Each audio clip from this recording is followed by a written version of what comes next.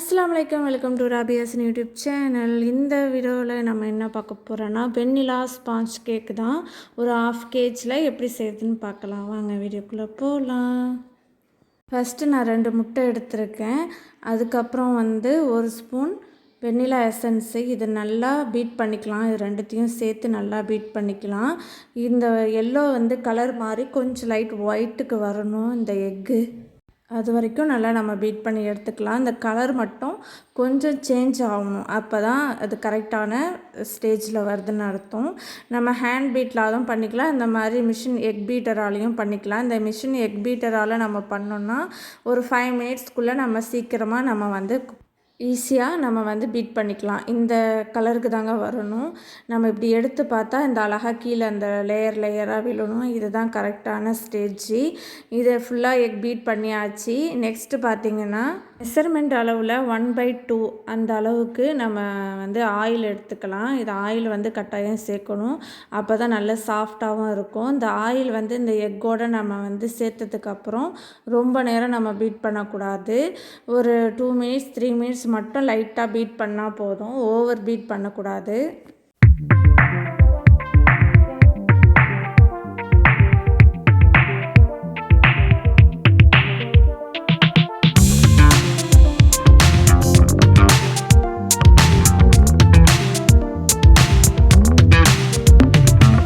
இப்போ ஃபுல்லாக egg beat பண்ணி அது தனியாக ஒரு பவுலில் வச்சிடலாம். நெக்ஸ்ட்டு பார்த்திங்கன்னா வேறு ஒரு பவுலில் மெஷர்மெண்ட் அளவில் மைதா மாவு 1 கப் எடுத்திருக்கேன். பெரிய கப்பில் 1 கப் எடுத்திருக்கேன்.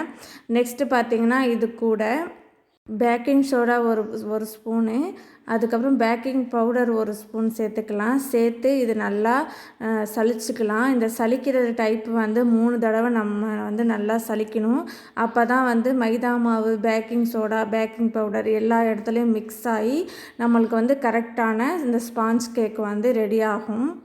இந்த மைதா மாவுலாம் நம்ம சேர்க்கும்போது பேக்கிங் சோடாலாம் இதெல்லாம் ஃபுல்லாக நம்ம ஒன்றோட ஒன்று கலக்கணும். அதுக்கு நம்ம 3 டைம்ஸ் கம்பல்சரி நம்ம சலித்து எடுக்கணும். கட்டிகள் இருக்கக்கூடாது. இதில் கட்டி ஏதாவது இருந்தாலும் நம்ம சலிக்கிறது மூலியமாக வெளில வந்துடும். எந்த அளவுக்கு ஒன்றோட ஒன்று மிக்ஸ் ஆகிற அளவுக்கு நம்ம கலக்கிக்கிட்டால் தான் நம்மளுக்கு எல்லா இடத்துலையும் இந்த பேக்கிங் பவுடர், பேக்கிங் சோடா, மைதா அதெல்லாம் 3ம் ஈவனாக நம்மளுக்கு மிக்ஸிடு கொடுக்கும். இப்போ பார்த்திங்கன்னா நான் ஒரு 3 டைம்ஸ் நல்லா சலித்து எடுத்துக்கிட்டேன். ஹேண்ட் பீட்டராலையும் கையால் நான் பீட் பண்ணி எடுத்துக்கிட்டேன். இது கூட லைட்டாக ஒரு பிஞ்ச் அளவு உப்பு சேர்த்துக்கலாம். சேர்த்து இப்போ ஃபுல்லாக இந்த மாவு ரெடி ஆகிடுச்சி.